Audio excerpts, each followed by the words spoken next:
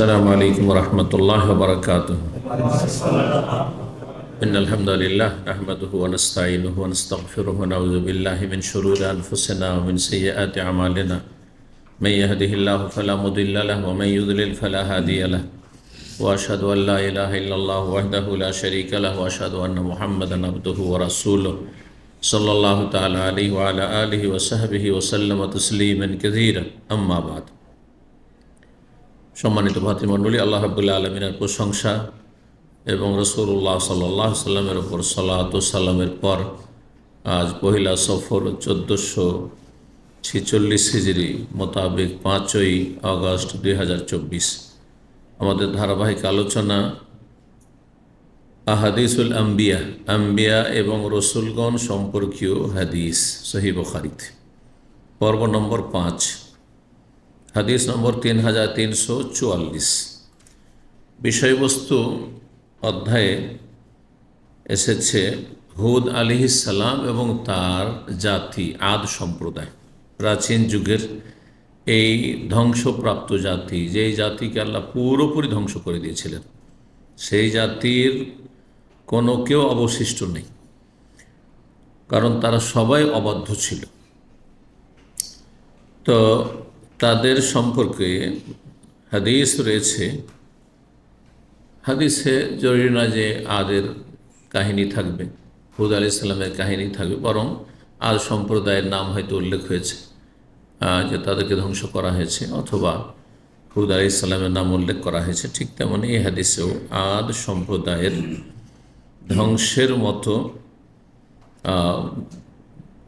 ধ্বংস করব বা তাদেরকে হত্যা করব এই বলে রাসূলুল্লাহ খারিজিদের সম্পর্কে, চরমপন্থীদের সম্পর্কে বলেছেন। জি, তো হাদিসের বর্ণনাকারী আবু সাঈদ খুদরি রাদিয়াল্লাহু তাআলা আনহু তিনি বলছেন যে বাসা আলীউন রাদিয়াল্লাহু তাআলা আনহু ইলা নবী সাল্লাল্লাহু আলাইহি ওয়াসাল্লাম বিযুহাইবাতিন। আলী রাদিয়াল্লাহু তাআলা আনহু নবী সাল্লাল্লাহু আলাইহি ওয়াসাল্লামের কাছে একটি স্বর্ণের ছোট্ট টুকরো প্রেরণ করলেন, পাঠালেন। কোথা থেকে? তিনি যেহেতু গভর্নর ছিলেন ইয়েমানে, রাসূলুল্লাহ তাকে দায়িত্বশীল করে পাঠিয়েছিলেন, ইয়েমান দেশ থেকে পাঠিয়েছিলেন। ইয়েমান দেশ থেকে একটি স্বর্ণের, জাহাব মানে স্বর্ণ, আর জুহাইবাতুন মানে ছোট্ট একটি স্বর্ণের টুকরো। ফাকাসামাহা বাইনাল আরবা, 4 ব্যক্তির মাঝে সেই স্বর্ণের টুকরোটি বিতরণ করে দিলেন। শুধু 4 জনকে দিলেন, যাদের একজনও কুরাইশি নয়, মুহাজির নয় মক্কার, আর একজনও আনসারি নয়। অথচ মুহাজির এবং আনসার গণের ইসলামের খেদমতে সবচাইতে বড়, সবচাইতে বেশি অবদান। বাহ্যিক বড় একটি প্রশ্নের বিষয় যে আপনজনদেরকে, যারা নিষ্ঠাবান, যারা সবসময় কাজে লেগে আছেন দিন ইসলামের, তাদেরকে মোটেই দিলেন না, কিছুই দিলেন না বাহ্যিক দৃষ্টিতে। কিন্তু নবী সাল্লাল্লাহু আলাইহি সাল্লাম অন্য দৃষ্টিভঙ্গি থেকে তিনি চিন্তা করছেন। এই বিষয়টি এই হাদিসে সুস্পষ্ট হয়েছে। শুধু 4 জনকে, 4 জন বেদুইন, বিভিন্ন গোত্রের নেতৃস্থানীয় ব্যক্তি, বেদুইন যারা সভ্যতা থেকে অনেক দূরে, এবং যারা যদি ইসলাম গ্রহণ করেও থাকে নতুন নতুন, তাহলে তারা দুনিয়া লোভী, দুনিয়ার তুচ্ছ জিনিসের পিছনে ছুটে। সুতরাং আর তাদের প্রকৃতি হচ্ছে কঠোর প্রকৃতির মানুষ, যারা বেদুইন, সভ্যতা বোঝে না, তারা কঠোর প্রকৃতির মানুষ। সুতরাং হ্যাঁ তো হ্যাঁ, না তো না, এরকম স্বভাবের। আদিবাসীরা সাধারণত এরকম হয়ে থাকে। আমাদের দেশে যারা আদিবাসী, ওদের স্বভাবগুলো এরকম। আর আরব দেশের বেদুইনরা ওই যুগের আদিবাসী। জি, তো এরা ছিল সব ওই বেদুইন, বিভিন্ন গোত্র যারা নাজদে বসবাস করতো। নাজদ, কাসিম থেকে শুরু করে রিয়াজ পর্যন্ত এই এলাকাগুলি সবগুলি নাজদের এলাকা, উঁচু এলাকা। উঁচা এলাকাকে যে কোনো দেশের নাজদ বলা হয়। যেমন ভারত, বাংলাদেশের পশ্চিমবঙ্গ আছে, বাংলাদেশ আছে, নাজদ, সেখানে নাজদ আছে, মানে উঁচু এলাকা, বরিন্দ্র এলাকা। একজন হচ্ছেন আকরা বিন হাবিস আল হানজালি, অতঃপর সে মোজা সেই বংশের, হানজালি গোত্রের মজাসি বংশের। আকরা বিন হাবিস প্রসিদ্ধ ব্যক্তি বেদুইনদের। দ্বিতীয় ব্যক্তি ওয়াইনা বিন বদর আল ফাজারি, ওয়াইনা। তৃতীয় হচ্ছে জায়েদ আর তাই, তাই গোত্রের। সুম্মা আহাদ বানি নাবহান, নাবহান বংশের একজন ব্যক্তি। কয়জন হলো? আকরা বিন হাবিস আর ওয়াইনা বিন বদর আর জায়েদ তাই, আর একজন বাকি আছে। ওয়া আলকামা বিন ওলাসা আল আমেরি, আলকামা ওলাসার ছেলে, আমেরি গোত্রের। সুম্মা আহাদ বানি কেলাব, বানু কেলাব বংশের। গোত্র আর বংশ, ছোট কে গোত্র বলা হয়, আর বড় বংশ। তাহলে আপনার 3 পুরুষ বা 2 পুরুষ ওপরে, এটা আমাদের গোত্র। আর তারপরে 8 পুরুষ, 10 পুরুষ, 20 পুরুষ ওপরে। আর ওরা তো 50-100 তারা সংরক্ষণ করে রাখতো, তাদের একটা ভালো বৈশিষ্ট্য। কিন্তু আমাদের দেশের মানুষরা তো 5 পুরুষ ওপরে গেলেন চিনেই নাই যে এরা আমাদের রক্তের লোক, এরা আমাদের বংশের লোক। এটা আমাদের খুব দুর্বল দিক, যেটা ভালো দিক নয়, মন্দ দিক আসলে। এই ক্ষেত্রে আমাদের সজাগ হওয়া উচিত, কারণ রক্তের সম্পর্ক যদি থাকে তার সাথে ইমানের সম্পর্ক, তো স্বাভাবিক তার হকের ক্ষেত্রে আপনি বেশি যত্নবান হবেন। আজকাল ইসলামিক সম্পর্ক, ইমানি সম্পর্ক দুর্বল, আর রক্তের সম্পর্ক, হয়তো রক্তের সম্পর্ক কিন্তু জানছেন না। ওই দাদার পর কাউকে চেনেন না, দাদার বাপকেও চেনেন না, দাদার বাপের যে শাখা প্রশাখা গোত্রগুলি সেগুলোকে চেনেন না, তাহলে তাদের সাথে আর কিসের খাতির আছে? আর তারপরে এই যে 25-50 বছরের মধ্যে এখন যা দেখছি, সুবহানাল্লাহ, এই বিশেষ করে 20-30 বছরের ভিতরে পয়সার সম্পর্ক ছাড়া কোনো সম্পর্ক নেই। স্বার্থের সম্পর্ক ছাড়া, পয়সা না হয় ক্ষমতা, না হয় দুনিয়ার স্বার্থ, ব্যবসা বাণিজ্য, লেনদেন আছে, যোগাযোগ আছে, টেলিফোন আছে, না হলে কিছু নেই। না ইমানি সম্পর্ক, দিনী সম্পর্ক, না আত্মীয়তার সম্পর্ক। দিনী সম্পর্ক যদি আপনি দোহাইও পারেন, তবু দুনিয়ার স্বার্থ ওখানে কাজ করছে। ইল্লা মান রাহিমাল্লাহ, ইল্লা মাশা। আত্মীয়তার সম্পর্ক যদি বলেন, তো না, সেখানেও কিন্তু ভেজাল আছে।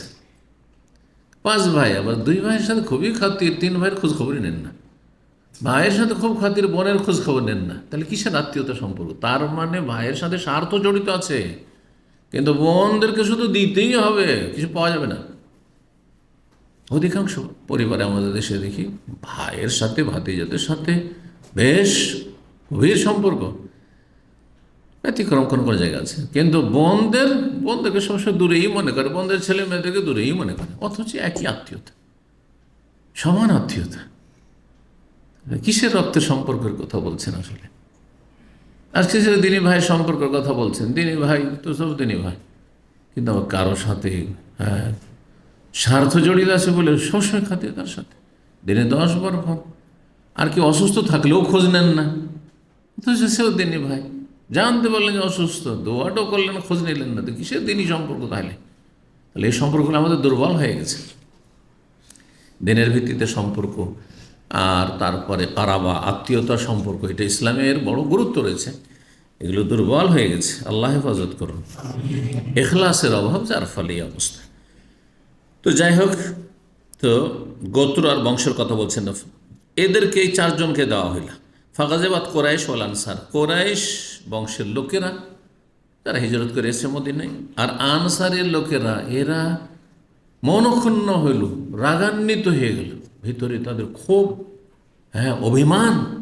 রাগ মানে ওই রকম রাগ না, নবী সাল্লাল্লাহু আলাইহি ওয়াসাল্লামের রাগ মানে কি? অভিমান, যে আমরাই সব কিছু করছি, আমরাই জানমালের কোরবানি দিচ্ছি, আর আমাদেরকে কিছুই দিল না, আর এমন লোকদেরকে দিল যাদের ইসলামের খেদমতে 1 পয়সার অবদান নেই, তাদেরকে দিল। কালো, তারপরে তাদের কেউ কেউ মন্তব্য করে ফেলল, ইউতি সানাদিদ আহলে নাজদ ওয়াদাওনা, নাজদবাসীর নেতাদেরকে দিচ্ছে, সানাদিদ নেতাগণ, নেতাদেরকে দিচ্ছে, আর ওয়াদাওনা, আর আমাদেরকে উপেক্ষা করছেন, আমাদেরকে দিচ্ছেন না। নবী সাল্লাল্লাহু আলাইহি ওয়াসাল্লাম কেমন কাজ করলেন? বড় বড় নেতাদেরকে দিচ্ছে, এইসব নাজদের, যাদের সাথে নবী সাল্লাল্লাহু আলাইহি ওয়াসাল্লামের আত্মীয়তা নেই, রক্ত সম্পর্ক নেই। আর নবী সাল্লাল্লাহু আলাইহি ওয়াসাল্লাম রক্ত সম্পর্ক কুরাইশদের সাথে, কুরাইশকেও দিল না, নিজের বংশের কাউকে। এটা কেমন হলো? কালা নবী সাল্লাল্লাহু শুনতে পেলেন, বললেন আচ্ছা তোমরা এই চিন্তা করেছ, এর নামা আতা আল্লাহ ফহুম, তোমরা আসলে বুঝুন আমি তাদেরকে ঈমান ইসলামের দিকে আকৃষ্ট করার জন্য তাদের মনোরঞ্জন করেছি। তালিফুল কলব মানে অন্তরকে আকৃষ্ট করে। এরা নতুন নতুন মুসলিম হয়েছে, আর তারপরে এরা হচ্ছে আপনার অসভ্য, এরা হচ্ছে অশিক্ষিত। এদেরকে যদি একটু যদি দানা ছিটানো না যায় তাহলে কখন মোরতাদ হয়ে যাবে, আর মোরতাদ হয়ে গেলে এরা কট্টর আরও শত্রু হয়ে যাবে ইসলামের। এদের শত্রুতাকে ঠান্ডা করা এবং এদের ইমানটা যাতে মজবুত হয়ে যায়, আর ইমান বিমুখ ইসলাম বিমুখে মোরতাদ না হয়ে যায়, জাহান্নামের পথে আবার না চলে যায়। এই জন্য নিউ মুসলিমদের হক আল্লাহ কোরআনে কারিমে বর্ণনা করেছেন যে জাকাতেও তাদের হক রয়েছে নিউ মুসলিমদের। কারণ নতুন নতুন মুসলমান হয়েছে, তার পরিবার থেকে বঞ্চিত হয়েছে, ধন সম্পদে বঞ্চিত হয়েছে, আত্মীয় স্বজনদের মায়া মমতা থেকে বঞ্চিত হয়েছে। তারপরে যদি তাদের পাশে না দাঁড়ান তো হতে পারে শয়তান সুযোগ নিতে পারে যে একুলো হারাইলাম ওইকুলো হারাইলাম, যাদের কাছে আসলাম তারাও কোনো রকম খোঁজ খবর নিচ্ছে না, যা ফিরে যাও। এইটা যেন না হয়। ওয়াল মুআল্লাফাতি কুলুবুহুম, আতা আল্লাফহুম এখানে এসছে আর কোরআনে কারিমের সূরা তাওবার 60 ওয়াল মুআল্লাফাতি কুলুবুহুম, যাদের অন্তরকে আকৃষ্ট করার প্রয়োজন রয়েছে তাদেরকে যাকাত দিতে পারে। এই জন্য তাদেরকে দিলাম। ফাআকবালা রাজুলুন, এতে আনসারি আর কোরাইশ এরা তো বুঝে গেল, কিন্তু জনৈক ব্যক্তি সে হয়তো মুনাফিক ছিল, সেই ব্যক্তি এগিয়ে আসলো। গায়রুল আইনান, সে দেখতে কেমন ছিল? তার চোখগুলি বসা বসা ছিল, চোখগুলো বসে আছে যেন। মুশরিফুল ওয়াজনাতাইন, ওয়াজনা মানে হচ্ছে গাল, তার গালগুলি ছিল ঝুলা, ঝুলে আছে। যার গাল কি হয় আপনার মোটাসোটা ব্যক্তি হয়, আর তারপরে ঢিলা ঢালা হয়, যেমন গালগুলো ঝুলে আছে, এগুলো আপনার ঝুলে আছে, থাকে না থাকে না, ঝুলে থাকে। তো এই লোকটির গালগুলি ছিল ঝুলা ঝুলা, ঝুলন্ত। নাতিল জাবিন, আর তার কপালটি ছিল খুব উঁচা উঁচা কপাল। কারো কপাল বসা থাকে, কারো কপাল আবার উঁচা হয়ে থাকে, বেড়ে থাকে। কাস্তুল্লাহিয়া, ঘন দাড়ি বিশিষ্ট ছিল, দাড়ি ঘন ছিল। মাহলুকুন, মাথা মুন্ডন করা ছিল, নেড়া ছিল। এই যে খারিজিদের, প্রাচীন যুগের খারিজিদের একটি লক্ষণ হচ্ছে কি, তারা মাথা নেড়া, মাথা মুন্ডন করে থাকত।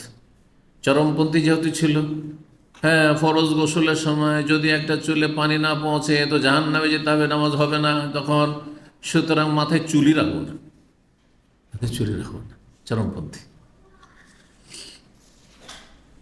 ফাকালা, ওই লোকটি এসে বলছে, এগিয়ে এসে, ইত্তাকিল্লাহ ইয়া মুহাম্মদ, নাউযুবিল্লাহ, হে মুহাম্মদ সাল্লাল্লাহু আলাইহি ওয়াসাল্লাম, আপনি আল্লাহকে ভয় করেন? মানে আপনি সুবিচার করলেন না, লাম তাদিল, আপনি ইনসাফ করলেন না আপনি। ফাকাল, রসুল বললেন, মাইয়তি ইল্লাহ ইযা আসাইতু, আমি যদি আল্লাহর নাফরমানি করি তো আল্লাহ আর আনুগত্য করবে বাকে? আমি যদি আল্লাহর নাফরমান হই তো আল্লাহর আনুগত্যকারী আল্লাহকে মানবেই বা কে? কে আছে এমন? আমার চাইতে ভালো মানুষ দুনিয়াতে আছে?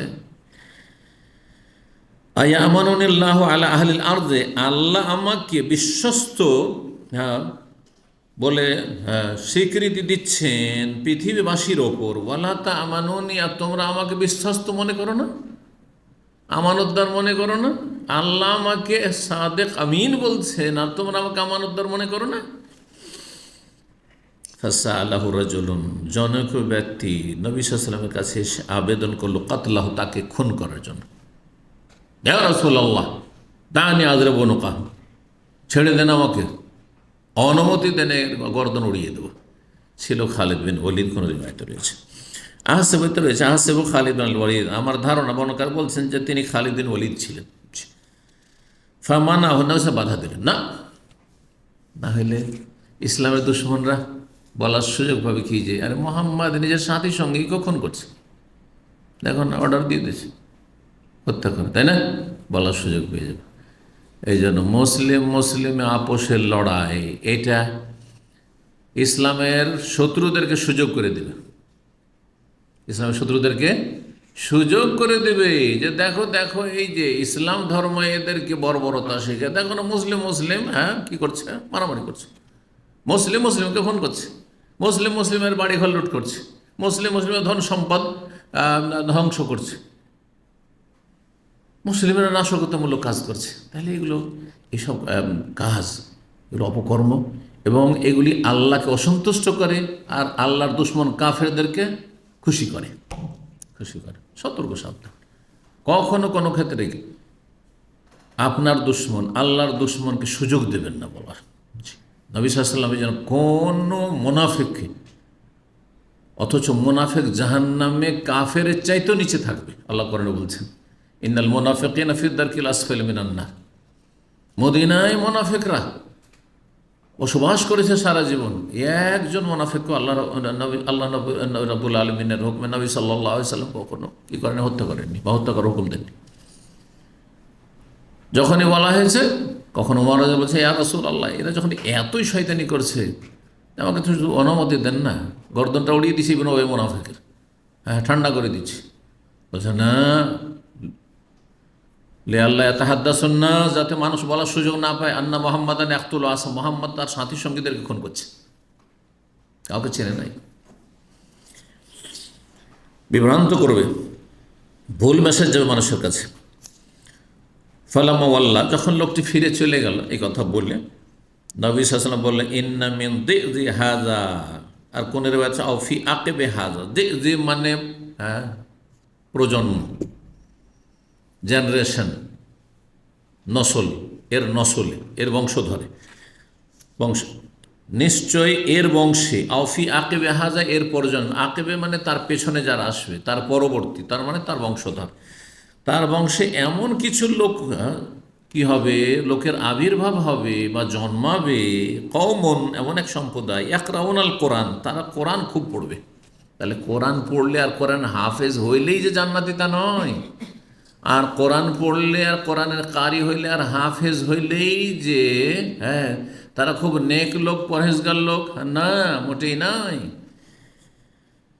এরা একরান কোরআন খুব পড়বে, কিন্তু লা ইউজাউযু হানাজিরহুম, তাদের এই কোরআনের তেলাওয়াত তাদের কণ্ঠনালীর নিচে নামবে না, শুধু এখানে জবানে তেলাওয়াত করবে, কলবে অন্তরে নামবে না, কোরআনের কথা তাদের অন্তরে নামবে না, পরোয়া করবে না। জঙ্গিদেরকে বলেন কোরআন কারীমের কথা যে আল্লাহ বলেছে উলিল আমরি মিনকুম, হ্যাঁ তোমরা শাসকদের বৈধ কাজ আনুগত না, ঢালাও হবে কাফের, পরোয়া নেই। তাদেরকে বলে যে নবী সাল্লাল্লাহু আলাইহি ওয়াসাল্লাম বলেছেন যে আরে জিহাদ, হ্যাঁ যেই সেই বলতে পারে না, কোনো আলেম মুফতি বলতে পারে না, হ্যাঁ বরং ইন্নামাল ইমাম, শাসক হচ্ছে ঢাল স্বরূপ, তার নেতৃত্বে লড়াই হবে, জিহাদ হবে, যাতে অরাজকতা না হয়। তো তারা এই হাদিসগুলিকে এমনভাবে উপেক্ষা করে যেন এগুলো রসুলের হাদিসই নয়, সহিহ বুখারীর হাদিস, বুঝতে পেরেছেন? ওদের যেগুলো কাজে আসবে, ওদের পক্ষে যেগুলো পেশ করতে পারে, সেই সে আয়াতের তফসির করার মাহফিলে শুধু বাছাই করা ওই কয়েকটি আয়াত, শুধু যে আয়াতগুলিতে বলা হয়েছে হ্যাঁ তাদের পক্ষে যে কথাগুলি তারা বলে, সেগুলির পক্ষে যে আয়াতগুলি, ব্যাস। কিন্তু সবগুলি সমন্বয় নিয়ে যে ইসলাম, সেগুলোও যেমন আপনার অপরিষ্ঠিক আছে, তার সাথে অন্য আয়াতগুলিকে সমন্বয় করতে হবে, না না না। তো এইরকম চরিত্র তাদের।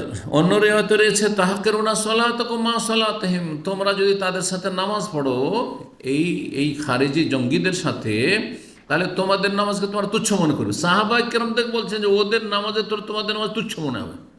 আরে কী রে, আমার ওদের কাছে কিছুই না, এত পরেশগার, এত কান্নাকাটি করে নামাজ পড়ে, এত লম্বা সেজদা রুকু করে, এত সময় ধরে খুশুর সাথে নামাজ পড়ে। কোরআন তেলাওয়াত তোমাদের তেলাওয়াত তাদের সামনে তুচ্ছ, তোমাদের ইবাদতবন্দি তাদের সামনে তুচ্ছ। মনে হচ্ছে ওরা অনেক সিনিয়র। সাহাবাই কেরাম সমাধান করে বলছেন অবিশ্বাস, কিন্তু ইমান বা কোরআনের তাসির তাদের অন্তরে মোটে হবে না, এখানেই থেকে যাবে, কণ্ঠনালী থেকে যাবে। ইয়ামরুকুনা মিনাদ দ্বীন, তারা দিন ইসলাম থেকে বেরিয়ে যাবে, ইসলামের আনুগত্য থেকে বেরিয়ে যাবে। মরুকাসাহমে মিনার রামিয়া, যেমন তীর বেরিয়ে চলে যায় শিকারী পশুকে ছেদ করে, ভেদ করে। শিকারী পশুতে যখন তীর দ্রুত বেগে ছাড়া হয়, তখন এপার থেকে ফুটা করে ওপার দিয়ে পাশে চলে যায়। আর যদি দ্রুত ফুটে এভাবে চলে যায়, তো তীরটা নিয়ে দেখবেন যে ওতে এক ফোঁটা রক্ত লেগে নেই, আর একটা পশম পর্যন্ত লেগে নেই, ভেদ করে বেরিয়ে চলে গেছে। ওই রকম হয়ে তারা কি করবে, ইসলাম থেকে এমনভাবে বেরিয়ে যাবে যে ইসলামের নামগন্ধ পর্যন্ত থাকবে না তাদের ভিতরে। এটা সহি অর্থ, কিন্তু অনুবাদক আরেকটা ভুল অর্থ করেছে, সেটা নিজের খেয়াল খুশি। কোন ভাষ্যকার, আরবি ভাষ্যকার এভাবে ব্যাখ্যা করেনি। কি বলছে? মরুকাসামে মিনার রামিয়া, যেমন তীর বেরিয়ে চলে যায় ধনুক থেকে। তো রামিয়াতুন মানে ধনুক নাই, প্রথম কথা। তারপরে ধনুক থেকে তীর বেরিয়ে চলে যায়, তো ওখানে তুলনা কিসের সাথে? ইসলাম থেকে তারা বেরিয়ে যাবে এমনভাবে যে ধনুক থেকে যেমন তীর বেরিয়ে যায়, এটা দ্রুত বেগে শুধু, কিন্তু বেরিয়ে চলে গেল আর তারপরে তাতে কোনো রকমের, তাতে কোনো লক্ষণ থাকলো না, এটা আসলে বোঝানোর উদ্দেশ্য। আর এটা তখনই হবে যখন একটা ধরেন হরিণকে তীরটা লাগলো বা খরগোশের তীরটা লাগলো, আর লাগার পরে একদিক থেকে আরেক দিক থেকে বেরিয়ে এমন দ্রুত বেগে চলে গেল যে তাতে কোনো রকমের রক্ত গোস্ত কিছুই লেগে নেই। ঠিক ওই রকমই তারা ইসলামে ঢুকেছে জন্মসূত্রে, ইসলামে ঢুকেছে, আর ঢোকার পর এমনভাবে ইসলাম থেকে বেরিয়ে গেছে যে ইসলামের কোনো কিছুই তাদের জীবনে নেই, নামে মাত্র মুসলিম শুধু। আজকে অধিকাংশই নামে মাত্র মুসলিম, হয় চরমপন্থী আর না হলে এমন শিথিলপন্থী যে জন্মসূত্র শুধু মুসলিম, না আকিদা আছে, না ইবাদত আছে, না ইসলামিক আখলাক আছে, না হালাল হারামের পরোয়া আছে, না জায়েজ বৈধ অবৈধের পরোয়া আছে, এটা আমার জন্য করা ঠিক না ঠিক নয় কোনো জানারও প্রয়োজন নেই, আর আমল করার প্রয়োজন নেই, যা ইচ্ছা তাই করছে। কুপ্রবৃত্তির পূজারী, মুত্তাবে শাহওয়াত, হাওয়া, হালাল হারাম এটা আমার জায়েজ, এর বাড়িটাকে যে আমি জ্বালিয়ে দিলাম, এর গাড়িটাকে আমি জ্বালিয়ে দিলাম, এর বাড়ি ঘর যে আমি ভাঙচুর করলাম বা এইটা করলাম সেটা করলাম, কোনো পরোয়া আছে? কোনো পরোয়া নেই। হয় শিথিলপন্থী আর না হলে এমন চরমপন্থী যে যাদের যেটা শাস্তি নয়, আর যার শাস্তি তার অধিকার নয় সে নিজেই শাস্তি দেবে, আর যার যেটা শাস্তি নয় সেটা দেবে। চরমপন্থী আর শিথিলপন্থী দুই দিকে প্রান্তিকতা, এরাও পথভ্রষ্ট, এরাও পথভ্রষ্ট। তাহলে আমরা যারা নবী সাল্লাল্লাহু আলাইহি ওয়াসাল্লামের সত্যিকার উম্মত, মধ্যমপন্থী। যার যতটা শাস্তি আছে সে শাস্তি হইতে হবে, যার যতটা অপরাধ আছে সেই হিসাবে সে অপরাধকে দেখতে হবে, হ্যাঁ, আর যার যতটা কল্যাণ আছে সে কল্যাণটাকে দেখতে হবে। বোঝা গেছে না? ইসলাম হচ্ছে মধ্যমপন্থী। তারপরে বলছেন রাসূলুল্লাহ সাল্লাল্লাহু আলাইহি ওয়াসাল্লাম আর একটি লক্ষণ, হ্যাঁ, যে ইয়াকতুলুনা আহলাল ইসলাম, তারা মুসলিমদেরকে খুন করবে। তাহলে মুসলিমের বিরুদ্ধে অস্ত্র ধারণ করা এটা জঙ্গিদের, চরমপন্থীদের, পথভ্রষ্টদের কি আদর্শ, বদচরিত্র। ওয়াদাউনা আহলাল আওসান, আর মূর্তি পূজকদেরকে ছেড়ে দেবে। যা যা যা, তোরা যখন মূর্তি পূজক, তোরা যখন কাফের মুশরিক, তোরা বিজাতি, তোদের নিয়ে আমাদের মাথা ব্যথা নেই, সব মাথা ব্যথা সব মুসলিম নেই। আজকে বেদাতি যত পথভ্রষ্ট বেদাতিরা আর যারা নাস্তিক ইসলামের শত্রু, এই দুটোই গোষ্ঠী দুই দিকে, কিন্তু একদল বেদাতি মানে অতিরিক্ত ধর্ম পালন করে যেটা ধর্ম নয়, আর আরেক দল ধর্ম পালন করে না, জন্মসূত্রে মুসলিম, নাস্তিক, মুনাফিক, তাই না? দুটোই দল একটি পয়েন্টে গিয়ে মিলিত হচ্ছে, সেটা হচ্ছে সৌদি আরবের শত্রুতা। সৌদি আরবের শত্রুতা চিন্তা করে দেখবেন আপনি, নাস্তিক মিডিয়াগুলো, সেকুলার মিডিয়াগুলো সবগুলি সৌদি বিরোধী, সৌদি আরব বিরোধী। তারপর যত বিদাতি মহল, হ্যাঁ, মোল্লা থেকে শুরু করে তাদের মিডিয়া সবগুলি সৌদি আরবের শত্রু, অথচ দুটো দুই সাইডে, তাই না? কিন্তু একটি পয়েন্টে এসে তাদের কত খাতির, কত মেল, বুঝতে পেরেছেন? আর এদের মাথার ব্যথা শুধু যেখানে ইসলাম আছে কিছু ত্রুটির সাথে অধিকাংশ ক্ষেত্রে ইসলাম আছে, তাদের সাথে সবচেয়ে বড় শত্রুতা। এটা খারেজি জঙ্গিদের লক্ষণ, এটা চরমপন্থীদের লক্ষণ, হ্যাঁ, সীমা লঙ্ঘনকারীদের লক্ষণ। ইয়াকতুলুন আহলাল ইসলাম, মুসলিমকে খুন করবে, মুসলিম নিধন করবে। ওয়াদাউন আহল ইহসান, আর মূর্তি পূজকের কাফেরকে, হ্যাঁ, আল্লাহর দুশমনদেরকে ছেড়ে দেবে। লাইন আনা আদরাক্তহুম, নবী বলছে আমি যদি তাদেরকে পেয়ে যাই, মানে তাদের যুগ পেয়ে যাই, এর প্রজন্ম থেকে যারা জন্মাবে তাদেরকে পেয়ে যায়, লাআক্তুল্লাহম কাতলা আদ, আদ সম্প্রদায়ের মতো করে তাদের নিধন করব। আদ সম্প্রদায়ের একটিকেও যে আল্লাহ অবশিষ্ট রাখেননি, 7 রাত আর 8 দিনের অবিরাম ঝঞ্ঝাবায়ু দিয়ে, ঘূর্ণিঝড় দিয়ে ধ্বংস করেছে আল্লাহ রাব্বুল আলামিন, ঠিক ওই রকম এদের একজন করা রাখবে না। কারণ এরা থাকলে এরা হচ্ছে কি ক্যান্সার, মুসলিম জাতির ক্যান্সার। 3345 নম্বর হাদিস বর্ণনা করছেন আব্দুল্লাহ বিন মাসউদ থেকে, তার ছাত্র আসওয়াদ তাবেঈ, তিনি বলছেন, আব্দুল্লাহ বিন মাসউদ রাদিয়াল্লাহু তাআলা সামি'তু নবী সাল্লাল্লাহু আলাইহি ইয়াকরাউ, নবী সাল্লাল্লাহু আলাইহি ওয়াসাল্লাম এই আয়াত তেলাওয়াত করেছেন, সূরা কামর আয়াত নম্বর 15, ফাহাল মিল মুদ্দাকির, তোমাদের মধ্যে কেউ উপদেশ গ্রহণকারী আছে কি? এই সম্বোধনটি আদ সম্প্রদায়কে, হুদ আলাইহিস সালাম আদ সম্প্রদায়কে, নিজের জাতিকে বলেছে, ফাহাল মিল মুদ্দাকির, তোমাদেরকে যে আমি আল্লাহর কথা, আল্লাহর দ্বীনের কথা বলছি, আর পাপ মুক্ত হতে বলছি, শিরক কুফরি ছাড়তে বলছি, তো তোমাদের মধ্যে কেউ উপদেশ গ্রহণকারী আছে? এটি সেই মর্মে 17 নম্বর অধ্যায় বলছেন, বাবু কওলিল্লাহ তাআলা, এই অধ্যায় মহান আল্লাহর বাণী সম্পর্কে, ওয়াইলা সামুদ আখাহুস সালেহা, সামুদ গোত্রের উদ্দেশ্যে বা সামুদ জাতির উদ্দেশ্যে আল্লাহ রাব্বুল আলামিন প্রেরণ করেছিলেন তাদের ভাই সালেহ আলাইহিস সালামকে। তাহলে সামুদ সম্প্রদায় একটি কাফের সম্প্রদায়, যাদেরকে আল্লাহ ধ্বংস করেছেন। আর তাদের বসবাস ছিল কোন এলাকায় বলতে পারেন? হ্যাঁ, কে বলতে পারে? হ্যাঁ, কোথায়? হ্যাঁ,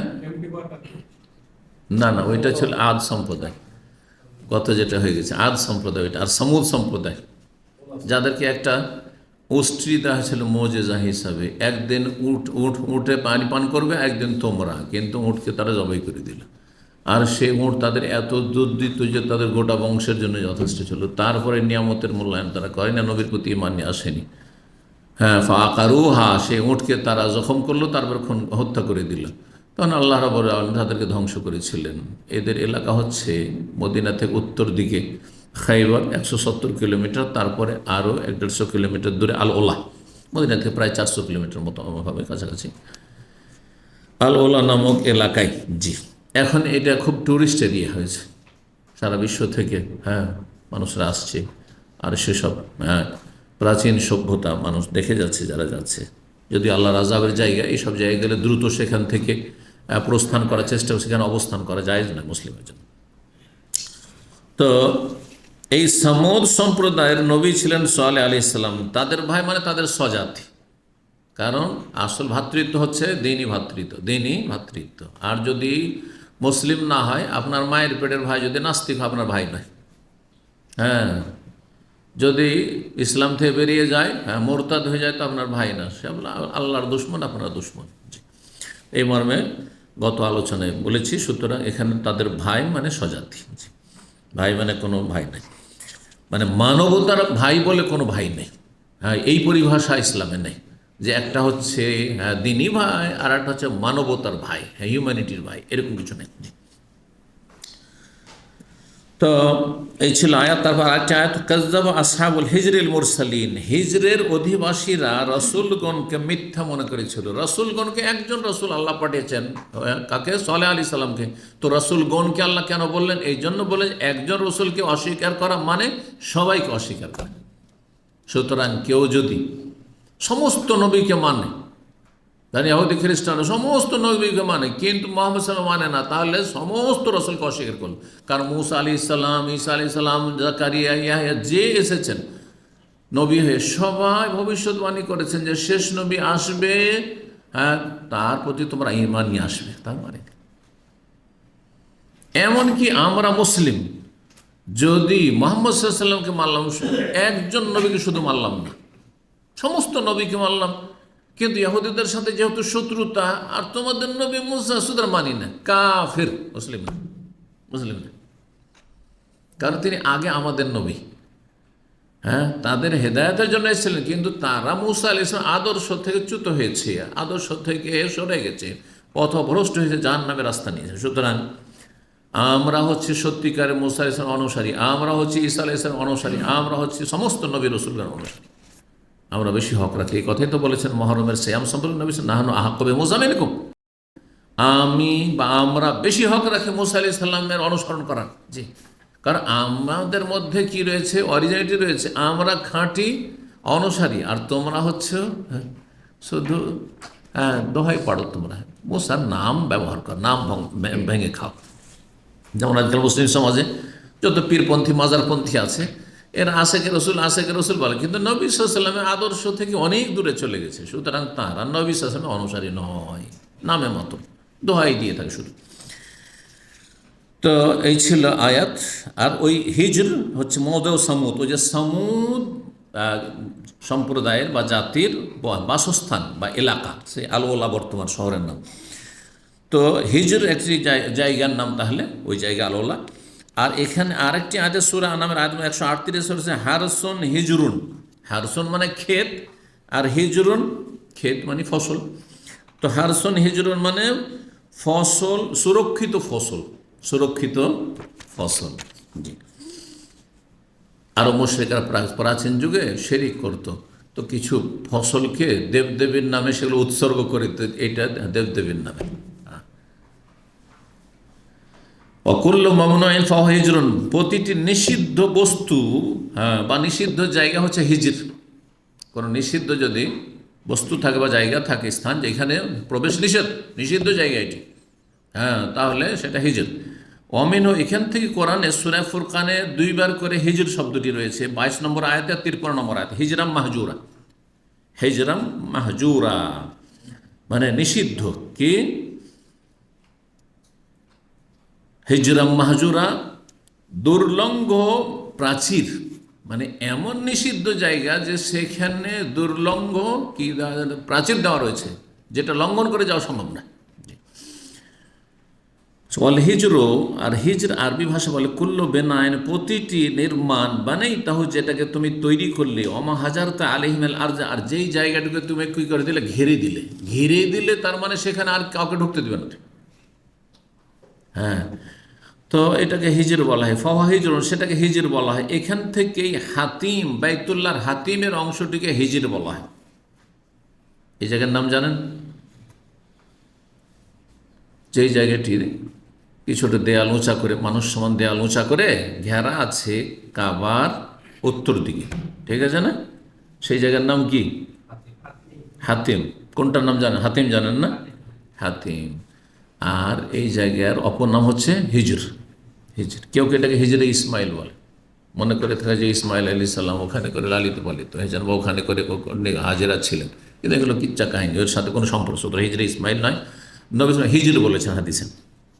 হিজর মানে সুরক্ষিত স্থান, ঘেরা আছে জায়গাটুকু, কাবারি অংশ সেটুকু। কান্না মুশতাকুন মিন মাহতুম, এই হাতিম শব্দটি করতে গেছে মাহতুম থেকে, যেমন কাতিল। কাতিল কাকে বলা হয়? নিহত ব্যক্তিকে কি বলা হয়? যাকে হত্যা করা হয়েছে। কাতিল মানে মাকতুল, নিহত। মিন মাকতুল। ওয়ায়ুকালু লিল উনসা মিনাল খাইল, এইরকমই আরবরা মাদি ঘোড়াকে হিজর বলে থাকে,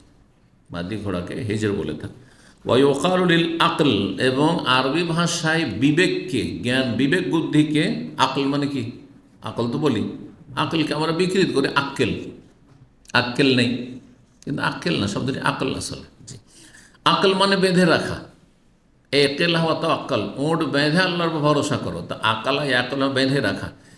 তো আকলকে আকল কেন বলা হয়? এই জন্য যে বিবেক, সুস্থ বিবেক মানুষকে অন্যায় বাধা দেয়, অন্যায় থেকে বাধাগ্রস্ত করে।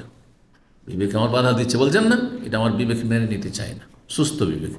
কিন্তু বিবেকের উপর যখন আবেগ প্রাধান্য পেয়ে যায়, বিবেককে যখন কাজে লাগান না, হই করছেন বোকার মতো, তখন আর বিবেক কাজ করে না, ছোট বাচ্চার মতো কাজ করছেন অথবা জালেমের মতো কাজ করছেন। জি, তো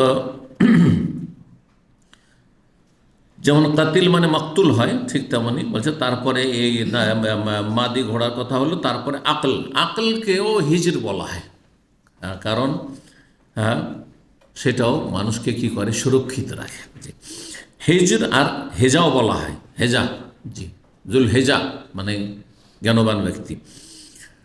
ও হাজরুল ইয়ামামা, আর হাজর, হিজর থেকে যদি হাজর পড়েন জবর দিয়ে, বলছেন হাজরুল ইয়ামামা মঞ্জিল, মঞ্জিল বাসাকে, বাড়িকে হাজর বলা হয়।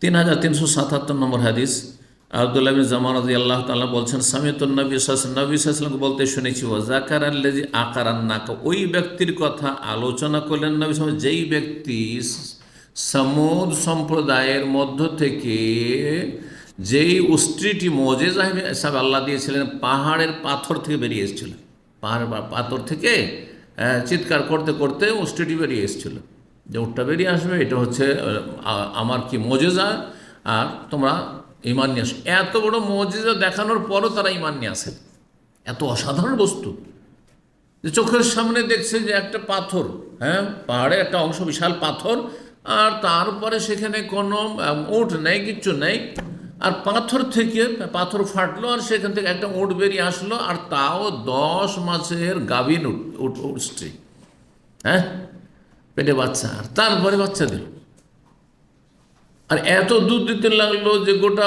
বংশ দুধ খাচ্ছে, তা মন ভরে। তাতে আল্লাহ শুকরিয়া আদায় করলো না, ঈমানও নিয়ে আসলো না।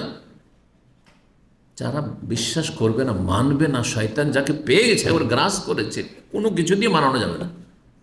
মক্কার কাফেররা নবী সাল্লামকে চ্যালেঞ্জ করেছিল যে তুমি যদি নবী হও তো চাঁদকে 2 টুকরো করে দেখা হতো। চাঁদ 2 টুকরো হয়েছিল না, হয়নি? যখন হয়ে গেল তখন কি বললো, আরে এই তো বড় জাদুকর, এ তো বড় জাদুকর। এতদিন তো ভাবছিলাম যে এর জমিনে জাদু চলে, তো আকাশও জাদু চলছে, দেখলেন তো। যে ঈমান নিয়ে আসবে না, না না না না, যে বদনসিব জাহান্নামী, ও হেদায়েত হবে না। আর যে জান্নাতি সহজে হেদায়েত হয়ে যাবে। বিবেকহীন। তো যেই ব্যক্তি সেই উষ্ট্রিকে জখম করেছিল, সেই ব্যক্তি সেই সমাজের সবচেয়ে কুখ্যাত ব্যক্তি, খারাপ মানুষ ছিল। আশকাল কওম হাদিস রয়েছে।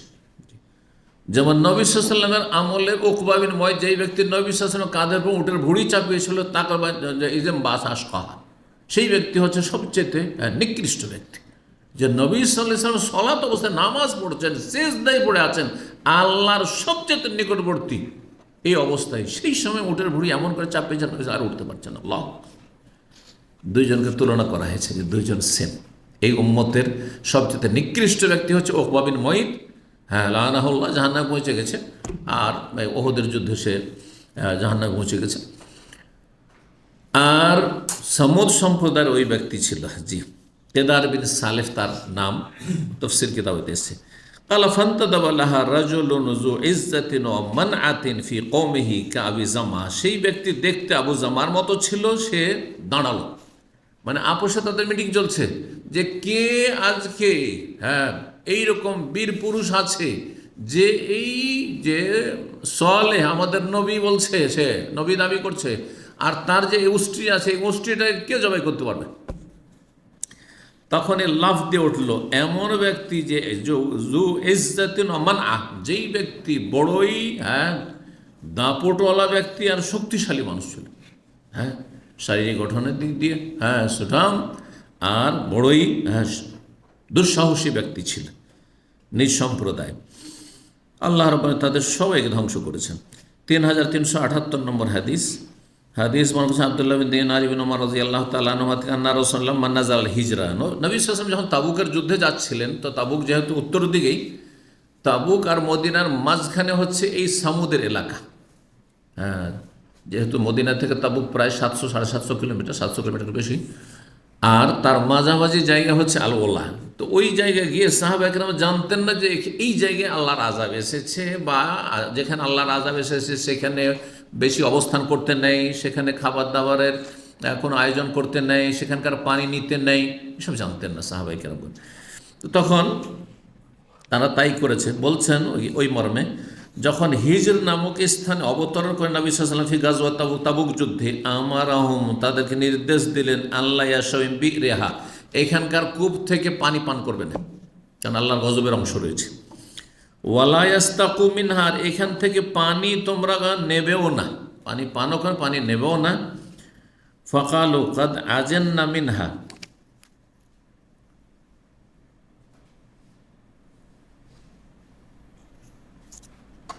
ও হাদিস শুনেছে না 3377। ও না না না, সমস্যা আছে। আপনাদের কাছে হাদিসের কিতাব আছে না?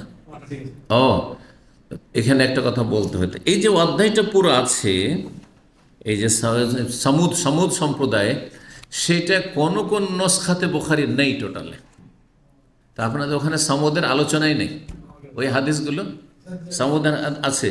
সামুদের যদি থাকে তাহলে প্রথম হাদিস তো এই হাদিসটি 3377 এটা আছে, আর তারপরে 3378 এই তাবুকের এই হাদিসটা এখানে এসছে, এইভাবে আমার কাছে এসছে। কপিতে কোনো কোনো কপিতে টোটালি অধ্যায়টা নেই, চ্যাপ্টারটাই নেই, অধ্যায়টা নেই। যেমন আমার কাছে যেটা বাংলা আছে সেটাতে এই চ্যাপ্টারটাই নেই। সুতরাং যদি নাও থাকে আপনাদের কাছে হাদিস, তো জেনে নেবেন যে বুখারীর পাণ্ডুলিপির বিভিন্ন কপি আছে। এটা যেখান থেকে ছাপানো হয়েছে কোনো একটা কপির উপর নির্ভর করেছে, বা বেশ কিছু পাণ্ডুলিপির ওপর, আর ওইটা অন্য কোনো পাণ্ডুলিপির নির্ভর করেছে, যার ফলে তাতে হাদিসের সংখ্যায় অথবা এতে কম বেশি রয়েছে। তারপরে কিছু কিছু অধ্যায় গায়েব আছে, সেটা নাই। তো যেমন ওতে যেটা বাংলা অনুবাদ আছে সেটা এই অধ্যায়টা নেই মোটে। এই জন্য হাদিস সামনে গিয়ে মিলবে, যখন আপনার ইয়াজুজ মাজুজের কেস আসবে তখন গিয়ে মিলবে। তো চলেন আমরা ইনশাল্লাহ ইয়াজুজ মাজুজের এতে পৌঁছে যাব ইনশাআল্লাহ। তো বলছেন যে যখন হিজর নামক স্থানে অবতরণ করলেন ফি গাজওয়াতে তাবুক যুদ্ধের সফরে, আমার তাদেরকে বললেন যে সেখানকার কূপ থেকে তোমরা পানি পান করবেন না এবং সেখান থেকে পানি নেবেও না তোমরা, হ্যাঁ, যে পানি মশাকে ভরে নেবে। ফাকালু, তখন তারা বললেন কাদ আজান্না মিনহা ইয়া রাসূলুল্লাহ, আমরা তো জানতাম না যে এখানে আল্লাহর গজবের জায়গায়, তো এখান থেকে পানি নিতে হবে না, এখানকার পানি পান করতে হবে না, আর এখান থেকে পানি সঞ্চয় করতে হবে না। আমরা তো আটা সেনে ফেলেছি, আটা সেনে ফেলেছি। ওয়াস্তাকাইনার, সেখান থেকে পানি আমরা নিয়েও ফেলেছি মশকে। ফামারাহু, তাদেরকে নির্দেশ দিল আইয়াতরাহু জালিকাল আজিন, যে আটা সেনেছো ফেলে দাও, আটা বা ছাতু যা সেনেছো ফেলে দাও। ও ইহরুকু জালিকা, যেই পানি তোমরা মশকে তোমরা নিয়েছো সঞ্চয় করেছো সেই পানিও ফেলে, এখানকার পানি নেবে না। ও ইউরুয়ান সাবরা বিন মাবাদ আবি শামুস আন্নান আমার বেল কাইতম, এমনকি যা খাবার ছিল, যে পানি মিস করা হয়েছে, মানে ছাতু টাতু যা ছিল সব ফেলে দিতে বললেন। আবু যর রাদিয়াল্লাহু তো বলছেন নবী সাল্লাল্লাহু আলাইহি ওয়াসাল্লাম থেকে, মানি এটা জানাবে মাই, যারা এইখানকার পানি দিয়ে আটা বা ছাতু সেনেছে তারা সব যেন ফেলে দেয়, না খায়। কারণ আল্লাহর গজব, এখানে গজবের অংশ থাকতে পারে। আল্লাহর অসন্তুষ্টি, গজব, ক্রোধ, যেই জায়গায় আল্লাহর আযাব নামে সেখানে আল্লাহর ক্রোধ থাকে, আল্লাহর ক্রোধ থাকে। এই জন্য সেই জায়গায় যেতেই হবে না, দূর দিয়ে যাও, হ্যাঁ, অন্য রাস্তা দিয়ে। আর যদি সেখান দিয়ে যেতে হয়, যে বিকল্প রাস্তা নেই, তাহলে কান্না ভাব নিয়ে যেতে হবে। জি, আল্লাহ রাব্বুল আলামিনের কাছে কান্না ভাব নিয়ে সেখান দিয়ে তাড়াতাড়ি অতিক্রম করতে হবে এবং আল্লাহর গজবকে ভয় করতে হবে। জি, কত আল্লাহর ক্রোধ থাকে পাপের জায়গায়, যেখানে পাপ হয়, যে এক কথা। আর সবচেয়ে বড় পাপ হচ্ছে কুফর, শিরক, হ্যাঁ, হত্যা করা, হ্যাঁ, ইত্যাদি, জুলম অত্যাচার করা, লুটপাট করা। 3379 নম্বর হাদিস। হাদিস আব্দুল্লাহ বিন উমর রাদিয়াল্লাহু তাআলা আনহু বর্ণনা করছেন এবং তিনি বলছেন, আন্নান নাস নাযালু মা রাসূলিল্লাহ, লোকেরা রাসূলুল্লাহ সাল্লাল্লাহু আলাইহি ওয়াসাল্লাম অবতরণ করলো আরজা সামুদ, সামুদ সম্প্রদায়ের এলাকায়, হিজর নামক স্থান, আল হিজর। ওয়াস্তাকাউ মিন বিরিহা, সেখানকার কূপ থেকে পানিও তারা নিয়ে ফেলেছিল। ওয়াতাজানু বিহা, তারা আটা বা ছাতুও সেনেছিল। ফাআমারাহুম রাসূলুল্লাহ আন ইউহরিকু মাস্তাকাউ মিন বিয়ারিহা, রাসূল তাদের নির্দেশ দিলেন যে তোমরা এই পানিকে বহিয়া দাও, যেই পানি তোমরা গ্রহণ করেছো সেখানকার কূপ থেকে। ওয়াইয়ালিফুল ইবলাল আজিন, যে আটা বা ছাতু সেনেছো তোমরা নিজেরা খেও না, তোমাদের উটকে খাওয়াই দাও, চলো তোমাদের উটকে খাওয়াই দাও। ওয়ামারা ইয়াস্তাকু মিনাল বির আল্লাতী কানাত তারিদুহান নাকার, তাদেরকে বলে যে একটি শুধু এই এলাকায় কূপ আছে, সেই কূপ থেকে পানি নিতে পারবে, যেই কূপটি থেকে সে মুজিজার উষ্ট্রিটি পানি পান করত। ওই একটি হচ্ছে, হ্যাঁ, আল্লাহ সন্তুষ্টির জায়গা, সেখান থেকে নিতে পারো। বাকি যেগুলো তাদের কূপটুপ ছিল, যে কূপগুলো ওই গজবপ্রাপ্ত জাতি সমুদ সম্পদ ব্যবহার করতো, সেগুলিতে যা পানি নিয়েছে সব ফেলে দাও, আর সেখান থেকে আটা ছাতু সেনেছে তাও ফেলে দাও। 3380 নম্বর হাদিস। নবী সাল্লাল্লাহু আলাইহি সাল্লাম বলেন, সালেম বিন আব্দুল্লাহ তার পিতা আব্দুল্লাহ বিন ওমর থেকে বর্ণনা করছেন যে আন্নান নবী সাল্লাল্লাহু আলাইহি ওয়াসাল্লাম মাররা বিল হিজর, নবী সাল্লাল্লাহু আলাইহি ওয়াসাল্লাম যখন হিজর নামক স্থান হয়ে অতিক্রম করলেন, মানে আল ওলা হয়ে, লা তাদখুলু মাসাকিনাল্লাযিনা যালামু, তখন বললেন নবী সাল্লাল্লাহু আলাইহি ওয়াসাল্লাম, তোমরা জালেমদের বাসস্থানে ঘর বাড়িতে প্রবেশ করবে না। তার ধ্বংসাবশেষ যেগুলো ছিল, হ্যাঁ, পাহাড় কেটে কেটে তারা বাড়ি ঘর তৈরি, এত শক্তিশালী জাতি ছিল যে ওয়াসামুদ আল্লাযিনা জাবু সাখরা বিল ওয়াদ, আল্লাহ বলছেন ওয়াসামুদ আল্লাযিনা, স্মরণ করো ওই সামুদ সম্প্রদায়কে যারা জাবু সাখরা, সাখরা মানে পাথর, পাথর কেটে কেটে বাড়ি তৈরি করত। আজ কেউ পাথর কাটার জন্য কত মেশিন আর কত রকমের কি লাগে, হ্যাঁ, কেমিক্যাল লাগছে, কিন্তু তখনকার যুগে সুবহানাল্লাহ সামুদ সম্প্রদায় ৬,০০০-৭,০০০ বছর আগের ঘটনা, তারও বেশি হইতে পারে, তার কম হবে না। সেই যুগে তারা পাথর কেটে কেটে বাড়ি তৈরি করতো, চিন্তা করে তারা কত শক্তিশালী জাতি ছিল। কিন্তু আল্লাহর কুদরতের কাছে যতই শক্তিধর হোক না কেন অসহায়।